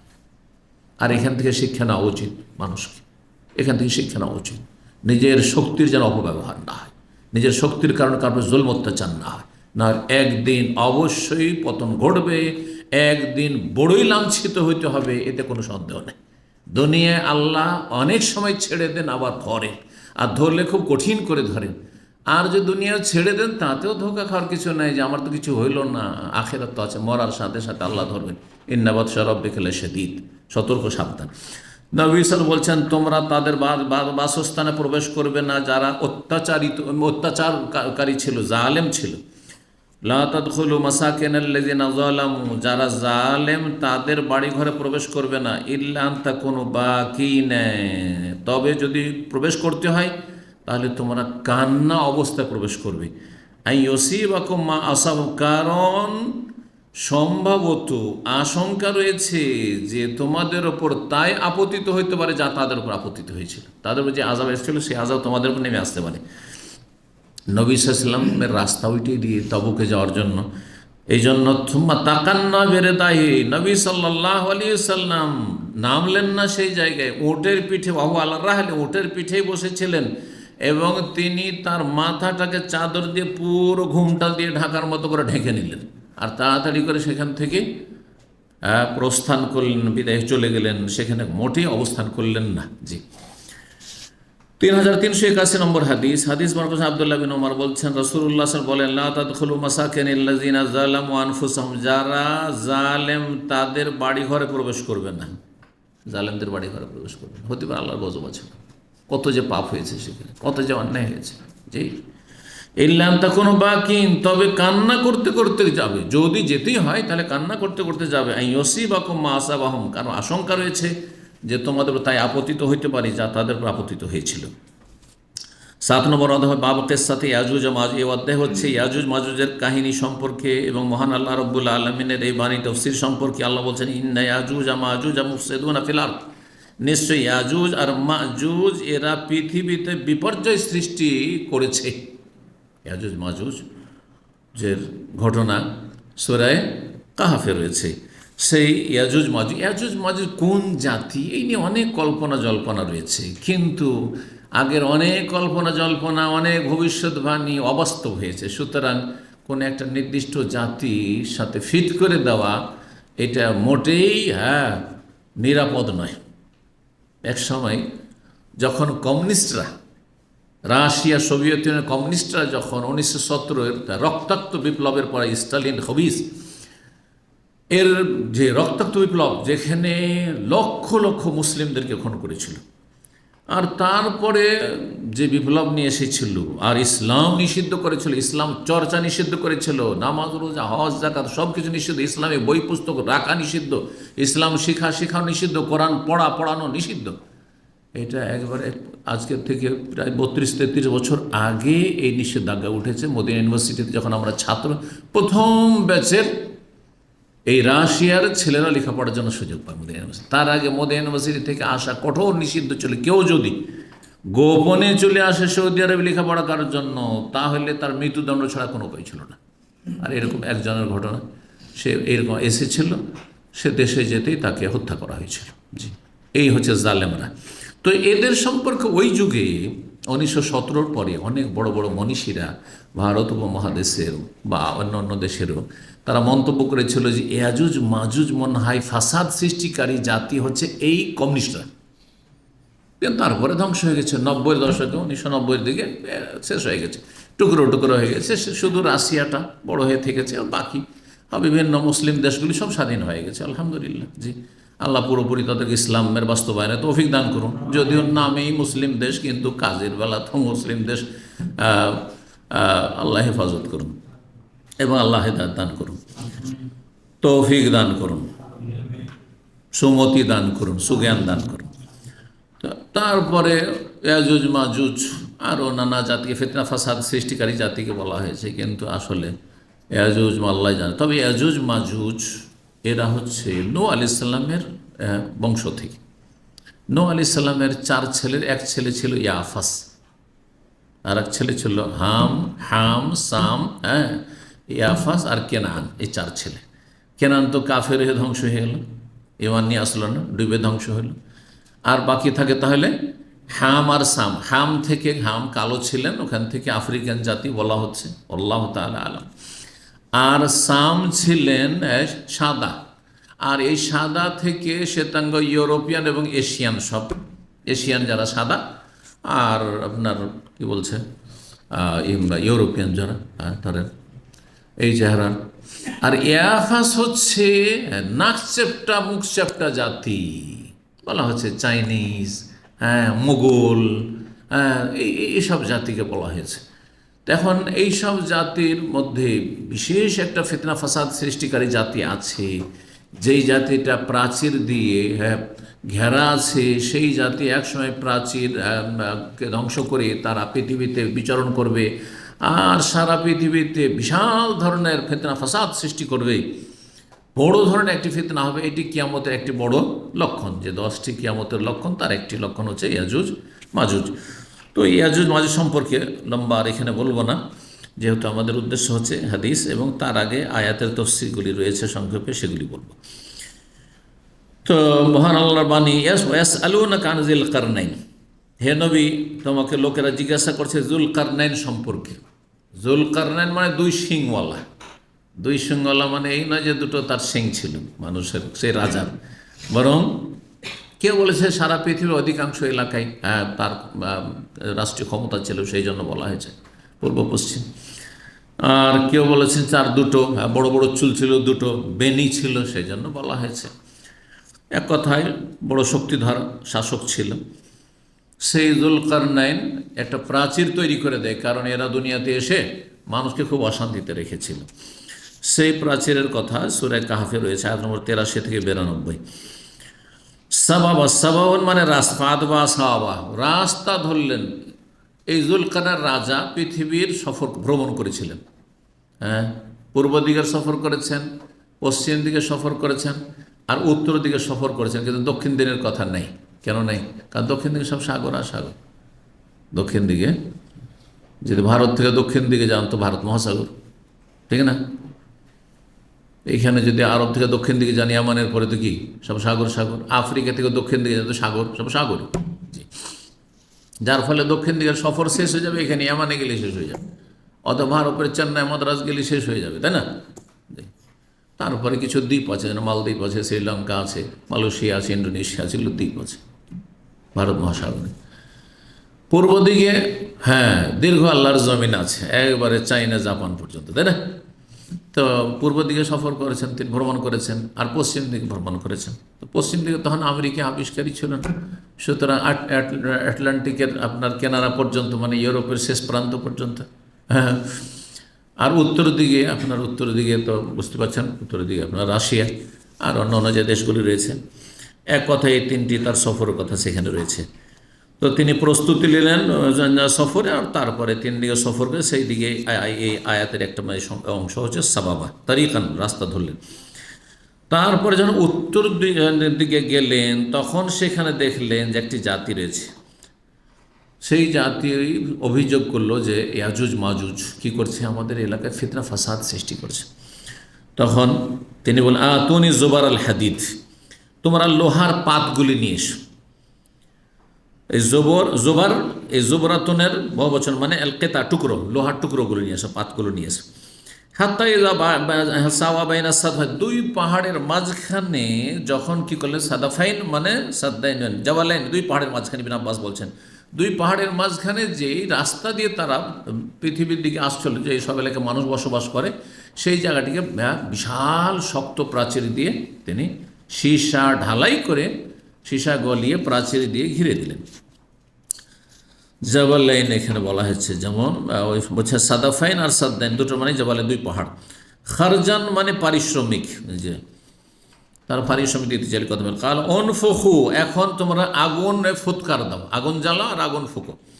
হাতে যা জ্বালাহ নারান, যখন আগুন দাও দাও করে জ্বলতে কাল আতুনি উফরে আলহ কেতরা, নিয়ে আসো আমার কাছে, তাতে আমি গলিত তামা ঢেলে দিই, তামা ঢেলি। কেতরান আসুব আলহ রসাসান, জি তামা। ইকালুল হাদিদ, কেউ বলেছেন যে লোহা, কেউ বলেছেন যে পিতল, তামা, ইবনে আব্বাস বলছেন তামা ইত্যাদি আর কি। ফামাস্তাউ আই আজহারুহু, আর তারপর আয়াত নম্বর 97তে সূরা কাহফের বলছেন যে তারপরে এমন শক্ত প্রাচীর আর উঁচা প্রাচীর তৈরি করলেন যে তার উপরে চড়তে সক্ষম হল আর ইয়াজুজ মাজুজ। ইয়াজুজ মাজুজরা প্রতিদিন চলে আসতো আর এদিকে সে ফিতনা ফাসাদ সৃষ্টি করতো, আর সেই প্রাচীরের ওপর দিয়ে টপকে আসতে তারা সক্ষম হলো না। অমাজ তাউলাহ নাখবা, এবং ছিদ্রও করতে পারলো না, যে ছিদ্র করে ঢুকবো। এই কথাই বলছেন যে আলু হয় ইস্তা, ওই যে ফামাস তাউ মানে ইস্তাতাউ, ইস্তাফালা থেকে মেন্টো তোলাও ফালে জালেকা ফতেহা আস্তা এস্তিও, ওই সার্ফের কায়দার কথা বলে। কালা বাদ ইস্তাতা ইস্তাতিও, ওই ইস্তাতিওর হালকা করা ইস্তা। ফামাস্তাউ ইয়াজমাস্তাতাউলাহ নাকবা, ছিদ্রও করতে পারে না। কালা হাযা রাহমাতুম মির রাব্বি, তখন এই যুলকারনাইন রাজা বলেন এটি আমার রবের অনুগ্রহ, যে তোমাদের সুরক্ষার আমি ব্যবস্থা করতে পারো, নিরাপত্তার ব্যবস্থা করতে পারো। বলছেন ফাইদা যা ওয়াদ রবি, তবে জেনে রাখো যে আল্লাহ তোমাদেরকে আপাতত এখন তো সুরক্ষিত করলেন, আর ইয়াজুজ মাজুজ তোমাদের ওপর জুলম অত্যাচার করতে পারবে না, কিন্তু যখন আমার রবের প্রতিশ্রুত ওয়াদার সময় চলে আসবে, যা আল্লাহু দাক্কা, তখন এই শক্ত প্রাচীরকে, দুর্বৃত্ত প্রাচীরকে আল্লাহ রব চূর্ণ বিচ্ছিন্ন করে দেবেন। আয়াত 57-58 রয়েছে, মানে আলজাকাহু বিল আরদ, সেটাকে সমতল করে দেবেন। আরবরা নাকাতুন দাক্কা, নাকাতুন দাক্কা বলে লাসানাওয়া, যেই উষ্ট্রির চূড়া থাকে না বা কুজ থাকে না। বা দাক্কা কুমিল আরদ মানে সমতল ভূমি, যেই ভূমি, যেই জমিন শক্ত এবং শুকিয়ে যাওয়া। ওয়াকান ওয়াদ রব্বি হাক্কা, আর আমার রবের ওয়াদা প্রতিশ্রুতি হচ্ছে সত্য। তারাকানা বাদম ইয়ামাইদ ইয়ামুজু ফি বাদ, যেই দিন ইয়াজুজ মাজুজ পৃথিবীতে বেরিয়ে আসবে, সেই প্রাচীর ছিদ্র করে সেই দিন তাদের বিশাল একটা অংশ আর একটা অংশের ওপর ঝাঁপিয়ে পড়বে তরঙ্গমালার মতো, সাগরের যে তরঙ্গ ঢেউ, এইরকম। এই ছিল আয়াত নম্বর 98-99। তারপরে আর একটা সূরা আম্বিয়া, তো ইয়াজুজ মাজুজের কথা এসেছে সেখানে। হাত্তা ইযা ফুতিহাত ইয়াজুজ ও মাজুজ ওয়া হুম মিন কুল্লি হাদাবি ইয়ানসিলুন, যখন ইয়াজুজ মাজুজের সেই প্রাচীর কি করা হবে, উন্মুক্ত করে দেওয়া হবে, তখন তারা প্রতিটি উঁচু জায়গা থেকে দ্রুত বেগে ছুটে আসবে, আর সারা পৃথিবীতে তারা ফিতনা ফাসাদ সৃষ্টি করবে। কালা কাতাদা হাদাবন মানে আকামাতুন, টিলা, উঁচু জায়গা। কালা রাজুল নবী সাল্লাল্লাহু আলাইহি সাল্লাম, জনক ব্যক্তি নবী সাল্লাল্লাহু আলাইহি ওয়াসাল্লাম বললেন যে রাআইতু সাদ্দা, তিনি বললেন যে আমি সেই প্রাচীরটি দেখেছি, মিসলাল বুরদিল মুহাব্বারে, নকশাওয়ালা চাদরের মতো, নকশা বিশিষ্ট চাদরের মতো, নকশা করা চাদর যেমন দেখতে লাগে, ঠিক ওই রকমই সেই প্রাচীরটি ছিল। কালা কাদরা আই তো আমি কাদরা, কালা নবী সাল্লাল্লাহু আলাইহি, তুমি দেখেছো? সে বলছে যে আমি দেখেছি। 3346 নম্বর হাদিস বর্ণনা করেছেন যায়েনব বিনত আবি সালমা, তিনি বর্ণনা করেছেন তা উম্মে হাবিবা, না 3346 না, উল্টো পাল্টা চলে আসলো, এখানে নাম্বারগুলো ভুল করেছে। এখন ঠিক করেছেন, ঠিক না? আমরা 44-এর পরে এখন না, আগে 45 ছিল, 45 পরে এখন 46। এই যে এইটুকু আপনাদের মনে হয় ছিলই না, পরে আসছে, মাশাআল্লাহ, ঠিক আছে। এইখানে গড়বড়, তাহলে এইখানে এই প্রেসের মাথা খারাপ হয়েছে। 3346 হাদিস নম্বর 46, তাহলে ওই যে 45-এর পরে, তো 45-এ কী ছিল? 45-এ ছিল আমার ওই আপনার এই সম্পর্কে, হ্যাঁ, আদ আদ আদ জাতি সম্পর্কে, আদ আর হুদ, হুদ আলাইহিস সালাম এবং তার বংশধর সম্পর্কে। তো এখন ওদের হাদিসে ফিরে আসলাম তাহলে, তাই না? জি হ্যাঁ।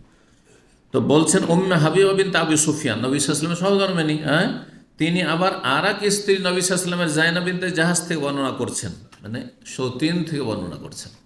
নবী সাল্লাল্লাহু আলাইহি ওয়াসাল্লামের এক সহধর্মিণী আর এক সহধর্মিণীতে বর্ণনা করছেন। উম্মে হাবিবা বর্ণনা করছেন আবু সুফিয়ানের মেয়ে যায়েনব বিনতে জাহাজ থেকে, আন্নান নবী সাল্লাল্লাহু দাখালা আলাইহা ফাজিয়ান, একদিন নবী সাল্লাল্লাহু তার বাড়িতে প্রবেশ করলেন উদ্বিগ্ন হয়ে, হ্যাঁ, ভীত সন্ত্রস্ত হয়ে রাসূলুল্লাহ সাল্লাল্লাহু আলাইহি ওয়াসাল্লাম, আর গিয়ে বললেন লা ইলাহা ইল্লাল্লাহ, আল্লাহ ছাড়া কোনো সত্য মাবুদ, ওয়াইলুল লিল আরব, আরবদের জন্য সর্বনাশ, মিন শাররিন কাদ ইকতারাব, এমন অনিষ্টের কারণে যা খুব সন্নিকটে, এমন একটি অনিষ্ট বিপদ আসতে যাচ্ছে যার কারণে এই আরব জাতির কি দুর্ভোগ রয়েছে, সর্বনাশ। সেটা কি বলছেন? ফতেহাল ইয়াউমা মিন রাদমি ইয়াজুজ মাজুজ, আজকে ইয়াজুজ মাজুজের প্রাচীর খুলে দেওয়া হয়েছে, মিসলু হাজিহি, ঠিক এই রকম, মানে একটু ছিদ্র করে দেওয়া হয়েছে, একটু ছিদ্র করে দেওয়া হয়েছে। ওয়াহাল্লাকা বিইসবাহিল ইবহাম ওয়াল্লাতি তালিয়া, নবী সাল্লাল্লাহু আলাইহি ওয়াসাল্লাম দেখালেন এইভাবে, মিসলু হাজ, এইরকম, অর্থাৎ দেখালেন বৃদ্ধাঙ্গুলি এবং তার পাশের আঙ্গুলি, মানে শাহাদাতের আঙ্গুলি দিয়ে এইরকম, এইভাবে ছিদ্র করে দেওয়া হয়েছে, সে দুর্বৃদ্ধ প্রাচীরকে এভাবে ছিদ্র করে দেওয়া হচ্ছে। কালাত যায়েনব বিনতে জাহাজ, যায়েনব বিনতে জাহাজ রাদিয়াল্লাহু তাআলা আনা বলেন, ফাকুলতু ইয়া রাসূলুল্লাহ, তখন আমি বলি হে আল্লাহর রাসূল, নুহলাকু ফিনা, নুহলাকু হবে বা নাহলিকু, দুইরকম পড়া যায়, আর নাহলিকু ফিনা, আমরা কি ধ্বংস হয়ে যাব, অথচ আমাদের মাঝে অনেক নেক লোক, ভালো মানুষ আছে, মেলা ভালো মানুষ, আজকে ভালো মানুষ নাই, জনগণে যথেষ্ট ভালো মানুষ আছে, যদিও অধিকাংশই খারাপ, তারপরও জনগণে যথেষ্ট ভালো মানুষ আছে, যাদের কাছে যত বেশি পয়সা আর যত বেশি ক্ষমতা তাদের অধিকাংশই খারাপ, কিন্তু জনগণে এখনও কল্যাণ আছে, মুসলিম বিশ্বে এখনও জনগণে, মুসলিম জনগণে এখনও কিছু বাকিয়াত খের, কিছু কল্যাণ আছে। আল্লাহ রাব্বুল কল্যাণকে বৃদ্ধি করুন, অনিষ্টকারীদেরকে দূর করুন। তো বলছে যে আমরা কি ধ্বংস হয়ে যাব, আর অন্য রেওয়ায়েত বা কেউ কেউ বলেছে আনুহলাকু, আমাদেরকে কি ধ্বংস করে দেওয়া হবে, অথচ আমাদের মাঝে নেক লোকেরা বেঁচে আছেন। কালার নাম ইদা কাসর আল খাবাস, যখন পাপ বেড়ে যাবে বেশি, খাবাস মানে মাসি, যখন পাপের কাজ বা পাপাচার বেশি হয়ে যাবে, তখন ভালো মানুষ থাকা সত্ত্বেও আল্লাহ আযাব দিয়ে ধ্বংস করে দেবেন। অধিকাংশ লোক যখন পাপিষ্ট হয়ে যাবে, তখন অল্প কিছু মানুষ নেক থাকলেও তারা শাহাদাতের মর্যাদা পাবে, কিন্তু তারা আল্লাহর আযাব যখন আসবে ব্যাপকভাবে আসবে, ধ্বংস হবে।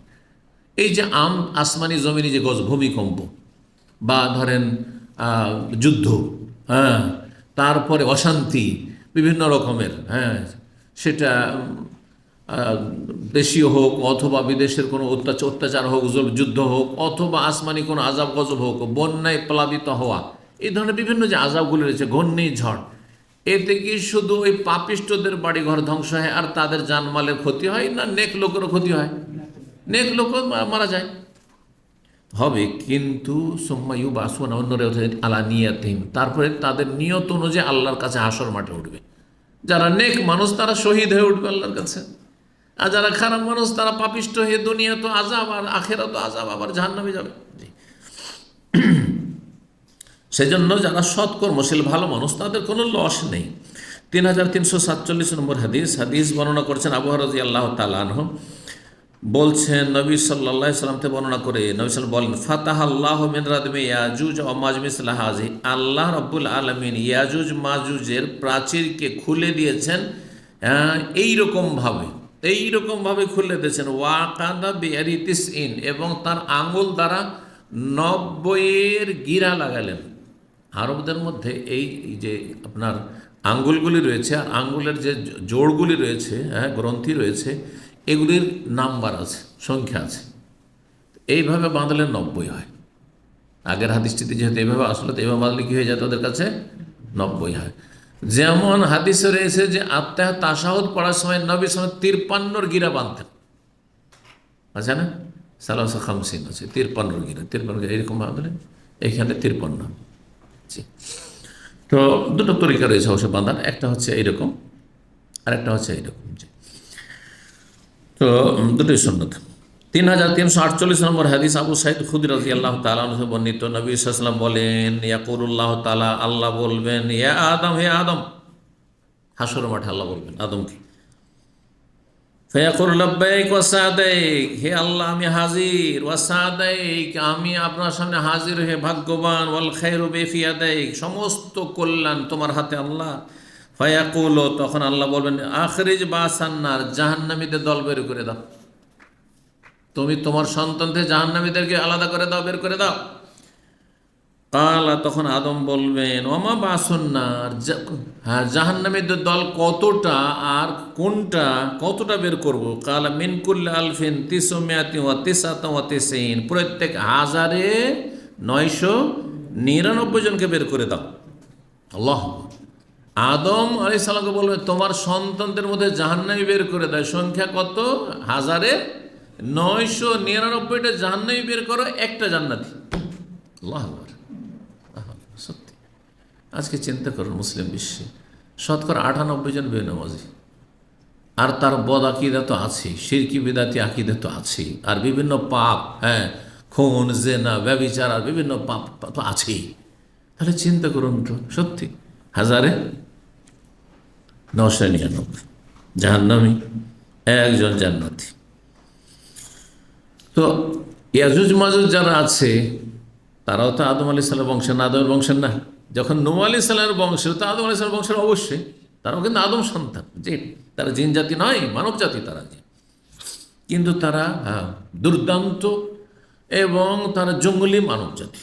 হ্যাঁ, জি, যাদের মধ্যে মানুষত্ব থাকবে না, সেই জন্য তারা বিশৃঙ্খলা সৃষ্টি করবে সারা বিশ্বে। জি, কিয়ামতের লক্ষণ সেটি। ফাইন্দাহু, যখন আল্লাহ এরকম বলবেন, ফাইন্দাহু ইয়াশিবুস সাগীর, সেই সময়, যখন এই কথা শুনবেন, সেই সময় যদি পৃথিবীতে থাকতো তো ছোটরা বুড়ো হয়ে যেত। এইরকম কথা শুনলে যারা নাবালক, ছোট কচি কাঁচা, তারা কি হয়ে যেত? তাদের চুল পেকে যেত দুশ্চিন্তায়। ওয়াতাদাউ কুল্লু যাতে হামলিন হামলাহা, আর গর্ভধারণকারিণী গর্ভপাত করবে, পেটের বাচ্চা, সেটা কি আমাকে হাসর মাঠে পেটে বাচ্চা থাকবে? হ্যাঁ, এই জন্য বললাম যে যদি পৃথিবীতে এইরকমটা হইতো তাহলে হ্যাঁ গর্ভবতী মহিলা আর গর্ভপাত করে দিত, গর্ভপাত হয়ে যেত, অজান্তে গর্ভপাত হয়ে যেত। দেখেন, যখন মানুষ খুব ভয় পায় তখন অজান্তে পেশাব করে দেয়, পায়খানা করে দেয়, এটা তো শুনেছেন। বাড়িতে চোর ডাকাত এসে মারপিট করছে, যখন একযোগে ডাকাতি হইতো শুনেছি অনেক বাড়িতে, ওই হ্যাগে হইতে কাপড় খারাপ করে দিয়েছে ডাকাতের ভয়ে। কথা বুঝতে পেরেছেন না? তো এগুলো তো শোন না। তাহলে এতই যদি এরকম হয়, এই যে একটা ডাকাতে মারধর করছে আর বাড়িতে লুটপাট করছে, তাতেই যদি মানুষ ভয়ে পেশাব পায়খানা করে কাপড় খারাপ করে দেয়, তাহলে এটা তো হইতেই পারে। জি, তাই এটা একটা ব্যাখ্যা। আর একটা ব্যাখ্যা হচ্ছে যে সেটা এখন হাসর মাঠে পৌঁছেনি, মানে যেই সময়টাই ধরেন পৃথিবী ধ্বংস হচ্ছে, পৃথিবী ধ্বংস হতে যাচ্ছে, পশ্চিম দিক থেকে সূর্য উঠছে, পৃথিবী ধ্বংস হতে যাচ্ছে, সেই সময় অতাদাও করলো যাতে হামলিন হামলা, তখন তো পেটে বাচ্চা থাকবে, হ্যাঁ অনেক গর্ভবতী থাকবে। তারা যখন দেখবে যে কিয়ামত হয়ে গেছে, তখন অজান্তে গর্ভপাত হয়ে যাবে, পেটের বাচ্চা পড়ে যাবে, যেমন মানুষের পেশাব পায়খানা হয়ে যাবে অজান্তে। আল্লাহু আকবার। তো দুটোই তফসির করা হয়েছে সূরা হজের আয়াতে, সূরা হজের আয়াত নম্বর 2। ওয়াতারান্নাসা সুকার, আর মানুষরা কি হয়ে যাবে? মাতালের মতো হয়ে যাবে, নেশাগ্রস্ত হয়ে যাবে। যেমন মদ খেয়ে নেশাগ্রস্ত হয়ে আছাড় খায়, উঠে আর পড়ে, হ্যাঁ ড্রেনের হ্যাঁ নোংরা পানি আর ময়লা কাদা আবর্জনাও খায়। যারা মদখোর তাদের আর হুঁশ জ্ঞান কিছু থাকে না, নেশাগ্রস্ত অবস্থা, ওই রকম হয়ে যায় মানুষ। অমান বসুকার, অথচ এই কিয়ামতের ভয়াবহতার সময় তারা নেশাগ্রস্ত কেউ থাকবে না, যেমন মদ খেয়েছে মাতাল হয়েছে, এমনটা নয়। ওয়ালাকিন্না আযাব আল্লাহ, তাহলে এমন অবস্থা কেন হবে? আল্লাহর আযাব বড়ই কঠিন হবে কিয়ামতের ভয়াবহতায়। কালু ইয়া রাসূলুল্লাহ, তখন সাহাবী ইয়া রাসূলুল্লাহ ওয়া আইয়ুনা যালিকাল ওয়াহিদ, 999 জন জাহান্নামী, হাজারে একজন জান্নাতি, তো আমাদের মধ্যে একজন জান্নাতি তাহলে কে? নবী সাল্লাল্লাহু আলাইহি ওয়াসাল্লাম তার ওই যুগের কথাই শুধু বলেনি, সব যুগ মিলিয়ে না বলেছেন। আর তারপরে ইয়াজুজ মাজুজদেরকে নিয়েও তো সামিল করেই বলেছেন, তারাও তো আদম সন্তান, ঠিক। কাল আবশিরু, শোনো তোমরা এত ভয় পেও না, কারণ ভীতে সন্ত্রস্ত হয়েছেন না। 1999 জন জাহান্নামী, তো আমাদের মধ্যে একজন যাবে কে জান্নাতে, আর বাকি সব জাহান্নামী আমরা, তাহলে সাহাবাই কেরমগণ, তাই না? স্বর্ণযুগ সেটা। তো বলছেন নবী সাল্লাল্লাহু আলাইহি ওয়াসাল্লাম, তোমরা সুসংবাদ নাও, ফাইন্না মিনকুম রাজুলুন, তোমাদের মধ্যে থেকে একজন, অমিন ইয়াজুজ মাজুজ আলফুন, ইয়াজুজ মাজুজের বংশধর 1000, তাহলে 1000 হবে ইয়াজুজ মাজুজ, আর একজন জাহান্নামী হবে।